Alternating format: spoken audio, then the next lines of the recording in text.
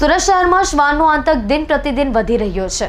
પાંડેસરા વિસ્તારમાં શાળાએ જતા વિદ્યાર્થીઓ પર હુમલો કર્યો હતો અને આજે ફરી એકવાર પાંડેસરા વિસ્તારમાં 14 વર્ષીય કિશોર પર હુમલો કરાયો હતો, જેને સારવાર અર્થે હોસ્પિટલ લઈ જવાયો છે।